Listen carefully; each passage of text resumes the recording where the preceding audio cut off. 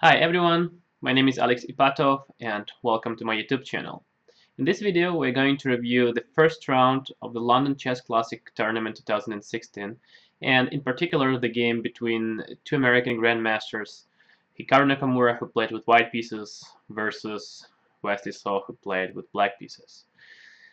So Hikaru played d4 and Wesley responded with a greenfield defense. That is one of his main openings versus d4. I remember I faced Wesley in the World Cup in 2013, and in our second game, he indeed played greenfield against me. In that game, I took on d5. He took on d5, and I played bishop d2. And after some crazy complications, the game ended in a draw.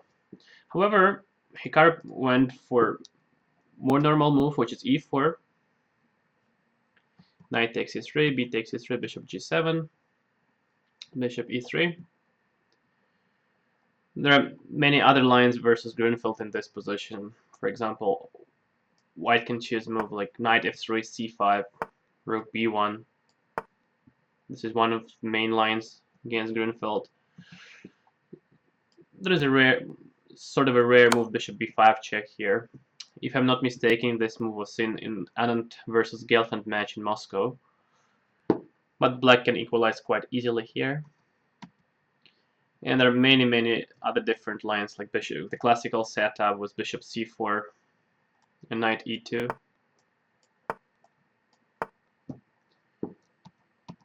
But bishop e3, what Hikaru played, is also quite common. I think Vladimir Kramnik likes to play the system with bishop e3, queen d2. However, what Hikaru did was a bit different. He played move rook c1. This move is a bit like is more rare than queen d2 or knight f3. Queen a5, queen d2. There are way more games in this line than after bishop e3, rook c1. So the theory here after knight f3, queen a5, queen d2 is knight c6. Here white can play rook b1, a6, rook c1. So first provoking the weakness of the b6 square and only then bringing the rook to c1. Or white can also play rook c1 immediately. There are many different lines here, but we're not going to examine them in this video. So we have to go back and see what happened. So Hikaru played rook c1. Well, the idea of this move is to protect the c3 pawn. And also Hikaru wants to play d5 at some point. So, and for this he needed to protect the c3 pawn in advance. Also he moved the rook away from the diagonal a1 ha diagonal. So now this bishop does not look at the rook on a1. So that's just a normal move. White develops a piece. So Wesley castles. As we know, it's extremely important to make our king safe in the opening stage and develop pieces. So this is exactly what both sides are doing at the moment. Queen d2. Okay, Hikaru develops one more piece. It's interesting. I mean, of course, he tries to avoid the main theory and to surprise his opponent. However, there is a thing that I don't like. I mean, I didn't check this game with the engines or the opening theory. So what I want to mention that from the first point of view, I don't like that white has not developed his kingside pieces yet. So the bishop on f1 has not been developed, the knight on g1 has not been developed, and the king is still on e1. So if white wants to make a castle, he needs to develop two pieces, so the knight and the bishop, and then make a castle. So white needs 3 tempi to bring the king to a safe place. However, the black king is already safe. So what I want to say that from the human point of view, what white is doing seems to be a bit illogical. I don't know what the theory is saying here. I don't want to use theoretical knowledge in my YouTube videos because I want to explain them how I see the position. And what I see here is that white postpones the development of the kingside pieces and does not castle. Something that maybe is not so good. So what Wesley did here is pretty logical. I mean, so when the opponent king is in the center and our king is safe, it's time to open up the position. And this is exactly what Wesley is doing. He plays e5, so he aims to open up the position against the white king, which is stuck in the center on e1. So it's very logical. So black castled, and he immediately aims to open up the position. So Hikaru plays d5. So this is a logical move because Hikaru admits that his king is not safe yet, so it does not make sense to open up the position, so he tries to close the position. Maybe he could have taken on c5. We can see this pawn structure in different Grunfeld lines. So like white is a pawn up. However, his pawns are quite weak, so and they're doubled. So the 3 pawn and the c5 pawn. So temporarily white is a pawn up. However, I believe that black can regain a pawn quite easily. I don't know whether we can play queen a5 here. Just any sensible moves, I think, yields black a good position. Let's say queen a5. Maybe then I want to play rook d8 and develop pieces. I think black has a very comfortable position. Also, we can try to regain the c5 pawn back, maybe knight d7 at some point, and then knight takes c5. So d takes c5 did not make that much sense. If white took on e5, that would also work great for black because that would open the position. And here black would have had choice to exchange queens or to refrain from the exchange.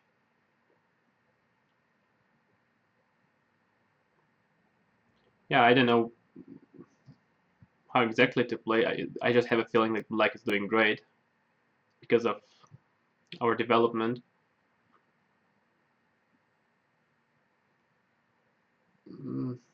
I'm considering different moves here, maybe even queen h4, which looks... Yeah, maybe queen h4, I don't know. So like I attack the pawn e4, I refrain from the queen's exchange, maybe I want to play rook d8 at some point, then knight c6.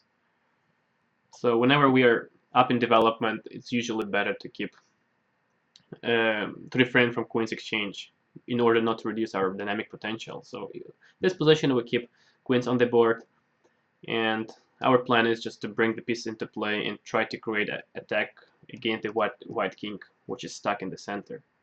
So maybe queen h4 is not the best move. This is just my proposal. But in general, I would prefer to refrain from the queen's exchange, even if I sacrifice a pawn for this.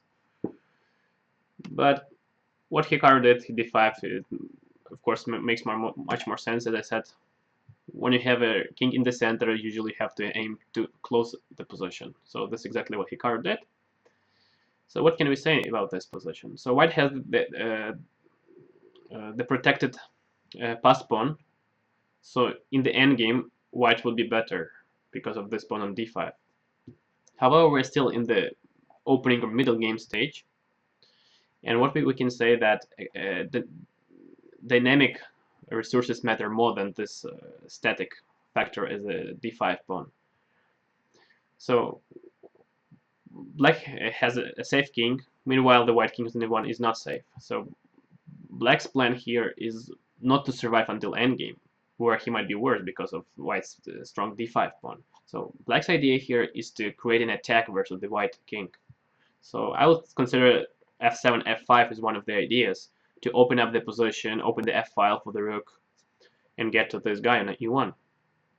But first of all, our pawn on c5 is hanging, so that's why Wesley played knight d7, so he developed a piece, and he protected the c5 pawn. Okay, at the moment, the bishop on c8 is like passive and cannot be developed right away.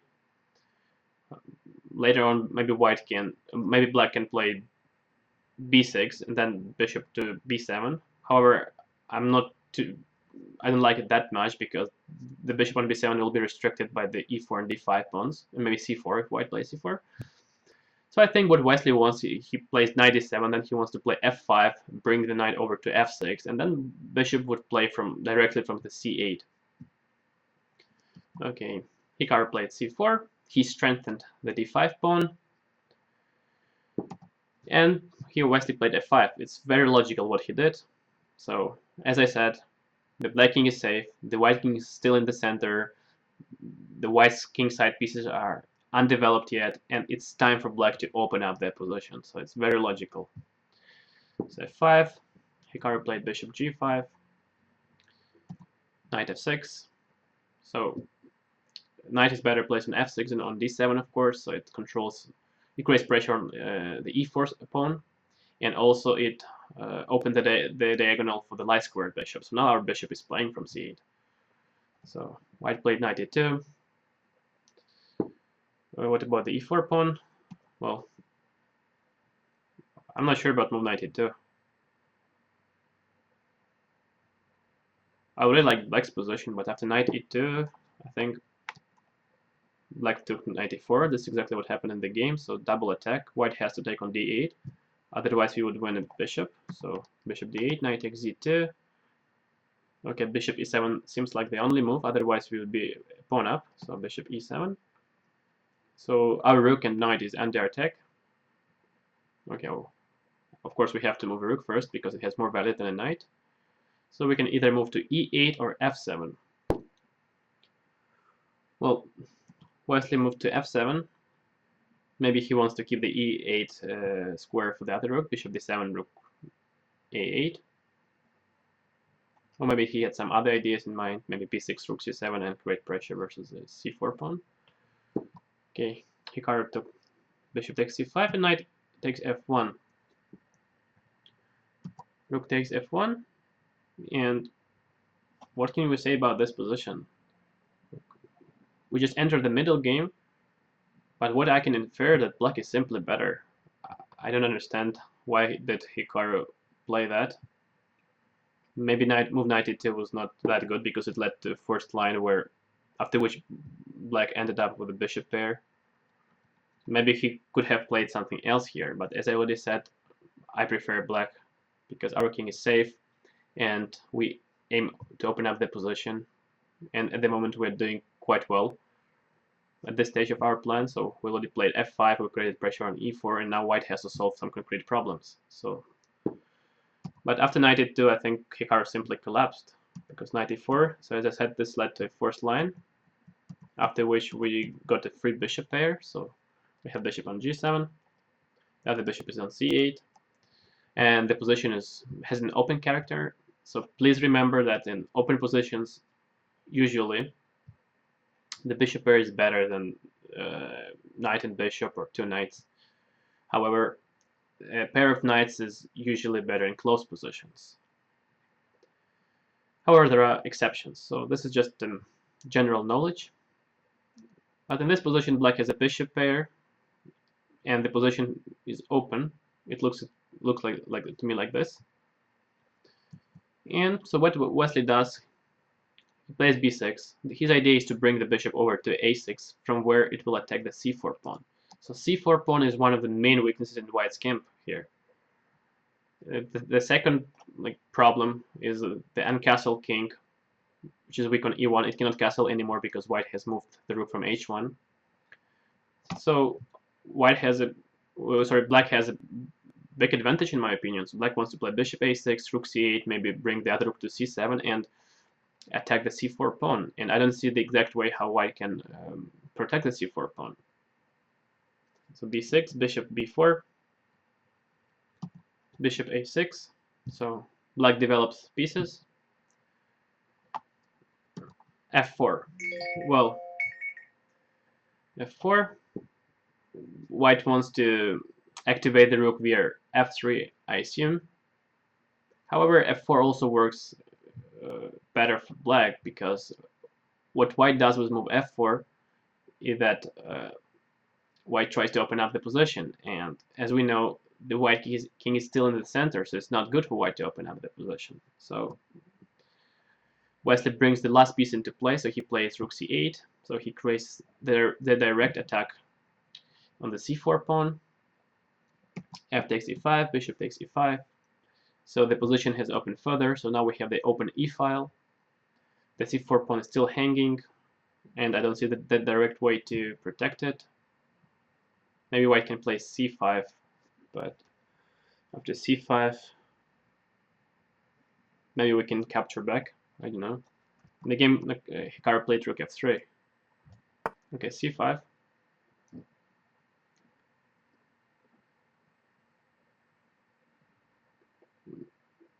Yeah, I think we could capture, maybe.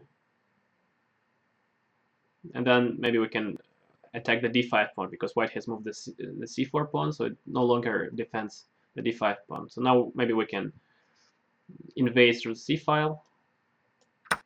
So if rook takes, bishop takes, maybe we can play rook c7 and then rook c2. Looks interesting. So then rook c2 we could play. Or maybe we can play rook d7. I mean, whatever black does, black is simply better because the position is open and we have a bishop pair.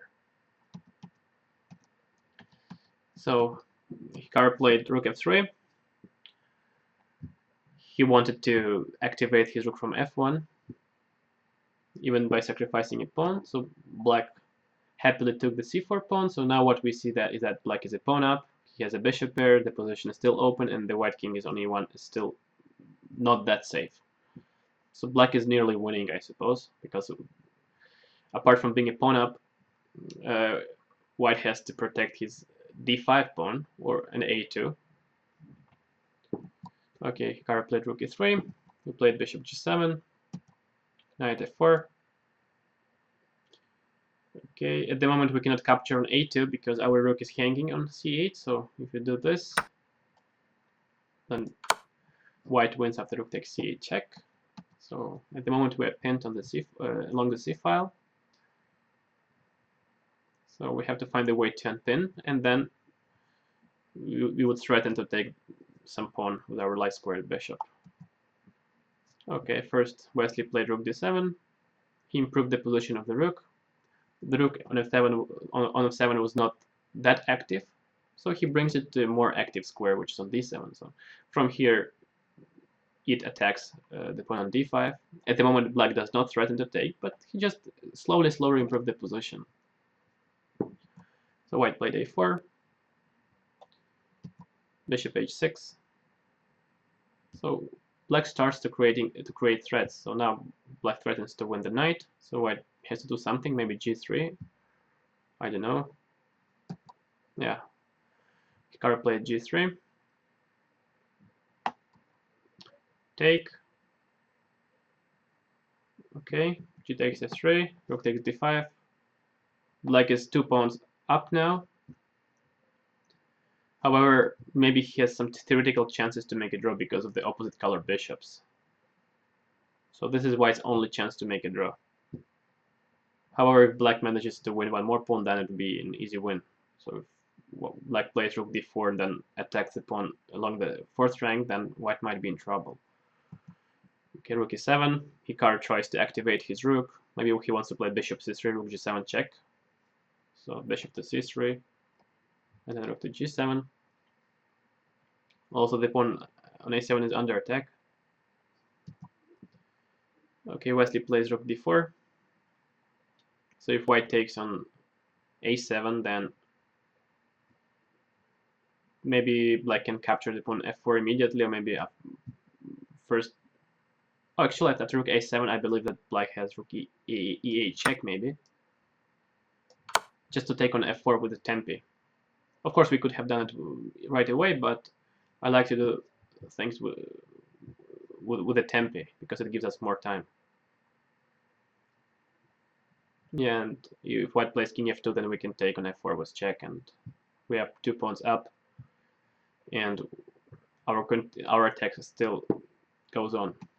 Okay, so Hikaru played bishop d2. He protected the f4 pawn. Makes sense. Wesley played king f8. Interesting move. So he tries to push the white rook away from the e file, and he's ready to sacrifice both pawns for this. I mean, either a7 or h7. So let's see what happens after move rook h7. So why does he want to kick the white rook away from the e file? Okay, so rook h7.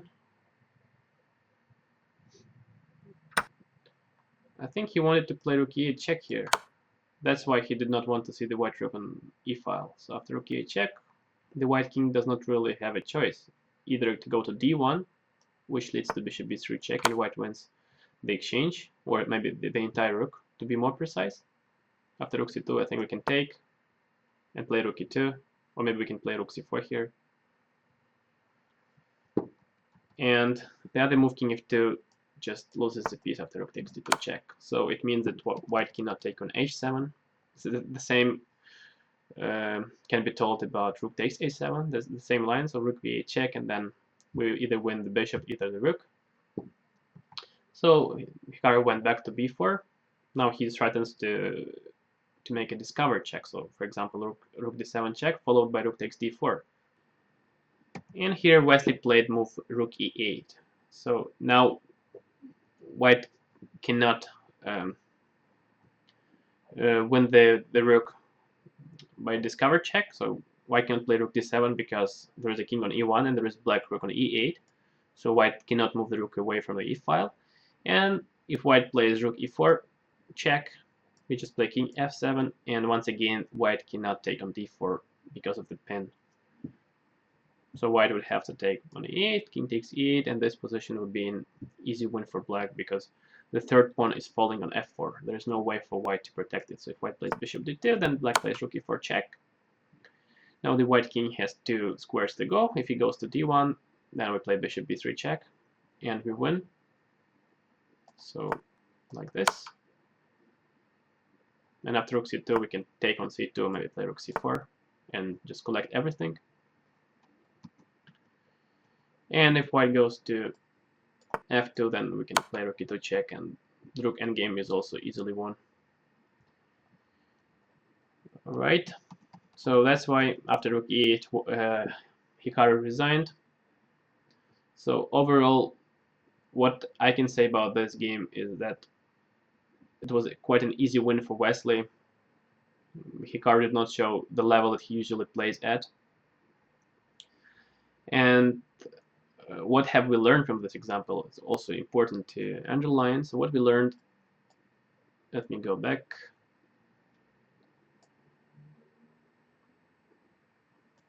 Is that although it might be a theory, all this stuff with rook c1, queen d2. So what we learned is that white neglected the development of the king side pieces and the king safety and got punished quite badly. So what black did, black made a castle and then immediately went for opening up their position with e5 and f5. f5, and Wesley got a comfortable position and won quite easily later. So this is what happens when you neglect the development of the pieces and the king safety in the opening. So remember to develop the pieces and bring your king to a safe position in the opening. It was Alex Ipatov. Thank you for watching, and see you in the other videos.